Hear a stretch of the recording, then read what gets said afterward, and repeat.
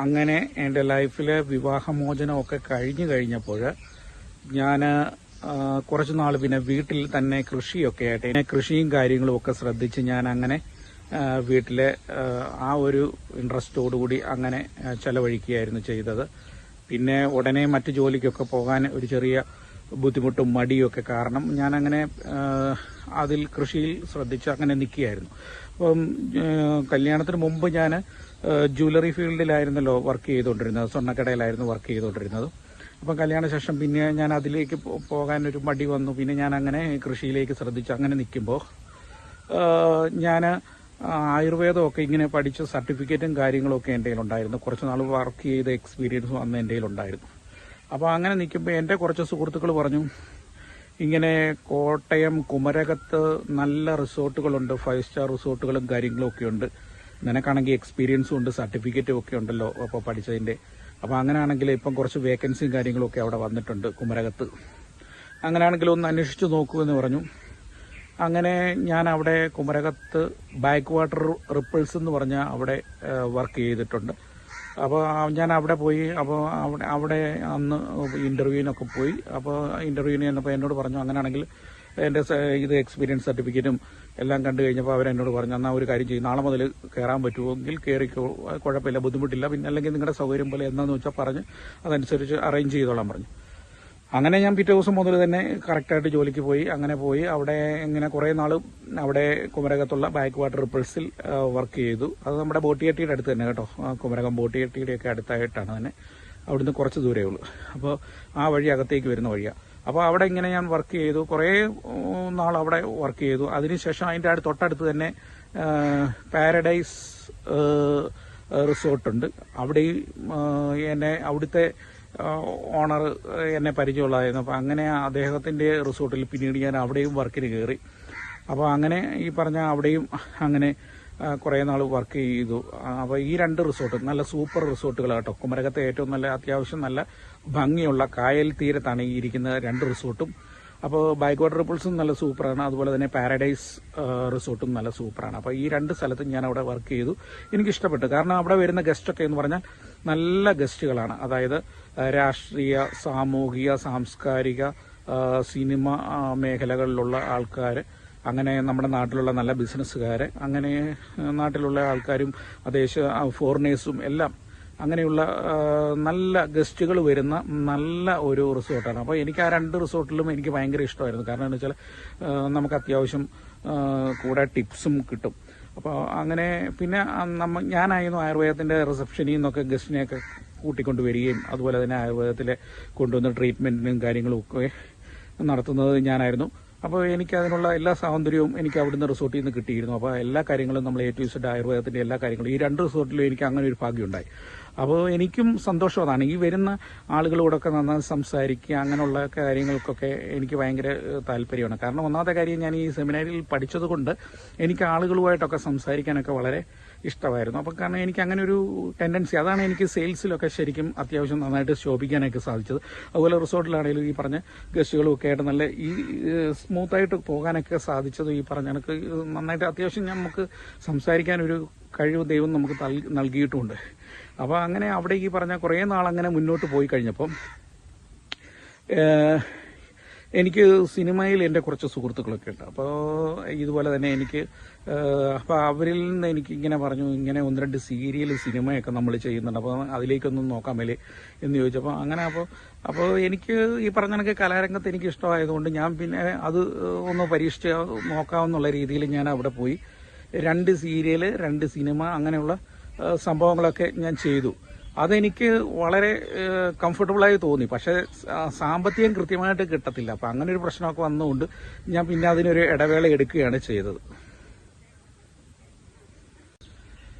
അങ്ങനെ സീരിയലിലും സിനിമയിലൊക്കെ എനിക്ക് അത്യാവശ്യം നല്ല ഒരു സംഭവം വേഷങ്ങളൊക്കെ തന്നെ കിട്ടി. അപ്പോൾ കിട്ടി സംഭവം. പക്ഷെ ഇതിൻ്റെയൊക്കെ പ്രത്യേകത എന്നാന്ന് വെച്ചാൽ നമ്മൾ കുറേ സമയം വെയിറ്റ് ചെയ്യണം. കാരണം വെയിറ്റ് ചെയ്യണമെന്ന് പറഞ്ഞാൽ ഈ പറഞ്ഞ കണക്ക് പെട്ടെന്ന് അങ്ങോട്ട് നമുക്ക് കയറി ഇപ്പോൾ ഈ ഫീൽഡിൽ വരുന്ന ആൾക്കാർക്കൊക്കെ അറിയാൻ പറ്റും, കുറച്ച് സമയം സ്പെൻഡ് ചെയ്യണം. അങ്ങനെ കിട്ടി നല്ല കഥാപാത്രങ്ങളൊക്കെ കിട്ടി വന്നിട്ട് പിന്നെ നല്ലൊരു വരുമാനത്തിലേക്ക് എത്തണമെങ്കിൽ കുറച്ച് സമയം അപ്പം അതിനുള്ള സമയം സ്പെൻഡ് ചെയ്യാനൊന്നും നമുക്കില്ല. അപ്പം അങ്ങനെ വന്നു കഴിഞ്ഞപ്പോഴത്തേനും ഞാൻ പിന്നെ അതിൽ നിന്നൊരു ഇടവേളയൊക്കെ എടുത്തുകൊണ്ട് ഞാൻ തിരിച്ചു വീണ്ടും വീട്ടിലേക്ക് വന്നു. പിന്നെ എന്തെങ്കിലുമൊക്കെ വർക്കുകൾ ഉണ്ടെങ്കിൽ പോകാമെന്നുള്ള രീതിയിൽ അങ്ങനെ നിന്നു. പക്ഷേ എനിക്ക് കിട്ടിയതെല്ലാം നല്ലതാണ്. സിനിമയിലും കിട്ടിയത് നല്ലതായിരുന്നു, അത്യാവശ്യം കുഴപ്പമില്ലാത്ത സംഭവമായിരുന്നു. എനിക്ക് ഏറ്റവും ഇഷ്ടപ്പെട്ട സീരിയലാണ്. കാരണം സീരിയലാകുമ്പോഴത്തേനും ഒരു പ്രത്യേകത എന്നാന്ന് വെച്ചാൽ നമുക്ക് കുടുംബ പ്രേക്ഷകരൊക്കെ കൂടുതലൊക്കെ കാണുന്ന സംഭവമാണ്. അപ്പോൾ അത് കൂടുതലും നമുക്ക് കംഫർട്ടബിൾ ആണെന്ന് എനിക്ക് തോന്നി. പിന്നെ അങ്ങനെ എനിക്ക് ഇടയ്ക്ക് കോള് വന്നു, പിന്നെ ചിലതിന് പോകാൻ പറ്റാതെ വന്നു. പിന്നെ സിനിമാമംഗളത്തിലൊക്കെ ഒരു പടമൊക്കെ വന്നു. അങ്ങനെ എനിക്ക് അതിന്റെ കോണ്ടാക്ട്സ് ഒക്കെ കുറെ വന്നു. പിന്നെ അന്നേരം പിന്നെ ഞാൻ വീണ്ടും വീട്ടിൽ വന്ന് കുറെ കൃഷിയിലേക്ക് തന്നെ ശ്രദ്ധിച്ച് അങ്ങനെ നിന്നപ്പോൾ എൻ്റെ ഒരു ഫ്രണ്ട് ഉണ്ടായിരുന്നു, മലപ്പുറത്തുള്ള ഒരു ഫ്രണ്ട്. അപ്പോൾ അദ്ദേഹം എനിക്ക് വാട്സപ്പിൽ ഇങ്ങനെ ഒരു മെസ്സേജ് തന്നു. ഇന്നണക്ക് ഒരു ഇന്റർവ്യൂ ഇന്നണക്ക് എറണാകുളത്ത് നടക്കുന്നുണ്ട്, ജെറി ട്രാവൽസ് എന്നൊക്കെ പറഞ്ഞ ട്രാവൽസിലാണ്.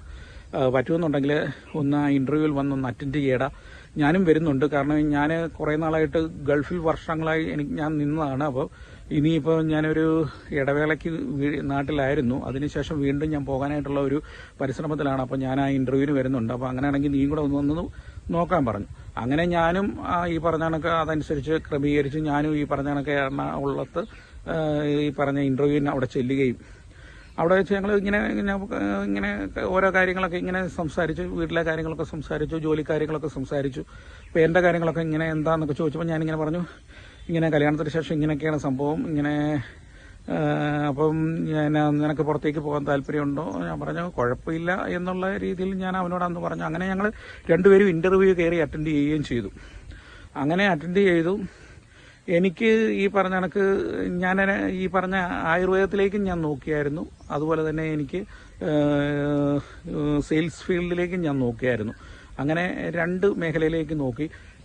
ഏതാണ്ട് കുറച്ച് ദിവസം കഴിഞ്ഞപ്പോൾ എനിക്ക് അവിടുന്ന് കോള് വന്നു, വാട്സപ്പിൽ മെസ്സേജും വന്നു. ഈ പറഞ്ഞ കണക്ക് ജോബ് റെഡി ആയിട്ടുണ്ട്, ഈ പറഞ്ഞ കണക്ക് നിങ്ങൾ. അപ്പം ഞാൻ എൻ്റെ പാസ്പോർട്ടൊക്കെ അവിടെ കൊടുത്തിരുന്നു. കാരണം അത് ഈ പറഞ്ഞ ഓൾറെഡി പെട്ടെന്ന് കയറി പോകേണ്ടതായതുകൊണ്ട് അവർ പറഞ്ഞിരുന്നു, പിന്നെ വന്ന് ഓഫീസിൽ വന്ന് കളക്ട് ചെയ്താൽ മതി എന്നുള്ള രീതിയിൽ അങ്ങനെ പറഞ്ഞ് ഞാൻ അവിടെ കൊടുത്തിട്ട് പോന്നു. ഏതാണ്ട് എനിക്ക് കോള് വന്നു, കണക്ക് മലേഷ്യൻ വിസ പെട്ടെന്ന് റെഡിയായി, മറ്റത് പുറകെ ഉണ്ടാവും. അപ്പോൾ മലേഷ്യൻ വിസയ്ക്ക് കയറി പോകാൻ, മലേഷ്യക്ക് പോകാൻ താല്പര്യമുണ്ടെങ്കിൽ അപ്പം ഞാൻ പറഞ്ഞു എന്നാൽ വിസ അടിച്ചോളാൻ പറഞ്ഞു. അങ്ങനെ എൻ്റെ പാസ്പോർട്ടിൽ വിസ എല്ലാം എല്ലാ പാസ്പോർട്ടിൽ ഇപ്പോഴും കിടപ്പുണ്ട്, അത് റെഡിയായി വന്നു. അങ്ങനെ വന്നു കഴിഞ്ഞപ്പോൾ ഞാൻ എൻ്റെ വീട്ടിൽ വന്നിങ്ങനെ പറഞ്ഞു, മലേഷ്യൻ വിസ റെഡിയായി, പാസ്പോർട്ടിലൊക്കെ അടിച്ചു വന്നിട്ടുണ്ട്, എങ്ങനെ ഞാൻ കയറി പൊക്കട്ടെ എന്ന് ചോദിച്ചപ്പോൾ അമ്മച്ചി പറഞ്ഞു, എടാ ഞങ്ങൾക്ക് രണ്ടുപേർക്കും പ്രായമാണ്, ഇനിയിപ്പം നീ നാട്ടിൽ എന്തെങ്കിലും ഒരു പരിപാടി നോക്കിയാൽ പോരെ എന്ന് ചോദിച്ചു. പിന്നെ എനിക്കെന്ന് പറഞ്ഞാൽ മാതാപിതാക്കളാണ് ഏറ്റവും പ്രധാനപ്പെട്ടത്. അവരുടെ ഇഷ്ടത്തിന് ഞാൻ ഒരു കാരണവശാലും എതിര് നിൽക്കില്ല. അപ്പോൾ എൻ്റെ എല്ലാ കാര്യങ്ങൾക്കും അവരങ്ങനെ നിൽക്കുമ്പോൾ അവരുടെ കാര്യത്തിന് ഞാൻ അങ്ങനെ നിന്നില്ലെങ്കിലും മോശമല്ലേ. അപ്പം ഞാൻ ഒറ്റ മൗനമാണ്, അതാണ് അവർക്ക് പേടി. കാരണം എന്തെങ്കിലും സംഭവിച്ചു കഴിഞ്ഞാൽ, അവർക്ക് എന്തെങ്കിലും പറ്റിക്കഴിഞ്ഞാൽ ഞാൻ എത്തിപ്പെടാൻ പറ്റിയില്ലെങ്കിലോ എന്നുള്ള പേടി കൊണ്ടൊക്കെ അങ്ങനെ എന്നടുത്തു ഞാൻ പിന്നെ പോകുന്നില്ല എന്നുള്ള രീതിയിൽ ഞാൻ ഇവിടെ അറിയിക്കുകയും പിന്നെ എൻ്റെ പാസ്പോർട്ട് ഞാൻ പോയി മേടിച്ച് തിരിച്ചു പോരുകയൊക്കെ ചെയ്തു. അത് നല്ല സംഭവമായിരുന്നു, നല്ല ഇതായിരുന്നു. അതുപോലെ തന്നെ എനിക്ക് മറ്റേ സെയിൽസിലേക്കും റെഡി ആയതാണ്. അവർ ചെന്നപ്പം പറഞ്ഞ് സെയിൽസിൻ്റെ റെഡിയായി കിടക്കുകയാണ്. അപ്പോൾ ഞാൻ പറഞ്ഞു പോകാൻ താല്പര്യമില്ല എന്ന് പറഞ്ഞ് അങ്ങനെ മേടിച്ച് തിരിച്ചു പോരുകയും ചെയ്തു. അങ്ങനെ ഞാൻ വീട്ടിൽ വന്നിങ്ങനെ പിന്നെയും കൃഷിയൊക്കെ ആയിട്ട് ഇങ്ങനെ നിന്നപ്പോൾ ഒരു ദിവസം ഈ പറഞ്ഞ മലപ്പുറത്തു നിന്നുള്ള എൻ്റെ ഫ്രണ്ട് സിദ്ദിഖ് അവിടുന്ന് എനിക്ക് കോൾ ചെയ്തു. ഇന്നണക്ക് നീ ഒന്ന് ഇവിടം വരെ വരാവോ, നമുക്ക് കുറച്ച് കാര്യങ്ങളൊക്കെ സംസാരിക്കാനുണ്ട് എന്ന് പറഞ്ഞപ്പോഴത്തേന് ഞാൻ എന്താന്ന് ചോദിച്ചപ്പോൾ അത് ഫോണിൽ കൂടെ പറയുന്നത് നമുക്ക് ശരിയല്ല, അതുകൊണ്ട് നമുക്ക് നേരിട്ട് സംസാരിക്കാം എന്ന് പറഞ്ഞു. ഇനിയും അടുത്ത വിശേഷങ്ങൾ നമുക്ക് അടുത്ത വീഡിയോയിൽ നമുക്ക് കാണാം. എൻ്റെ കൂടുതൽ വിശേഷങ്ങളൊക്കെ ആയിട്ട് നമ്മൾ അടുത്ത വീഡിയോയിൽ വരുന്നതാണ്. അതുവരെ എല്ലാവർക്കും ബൈ ബൈ, നന്ദി, നമസ്കാരം.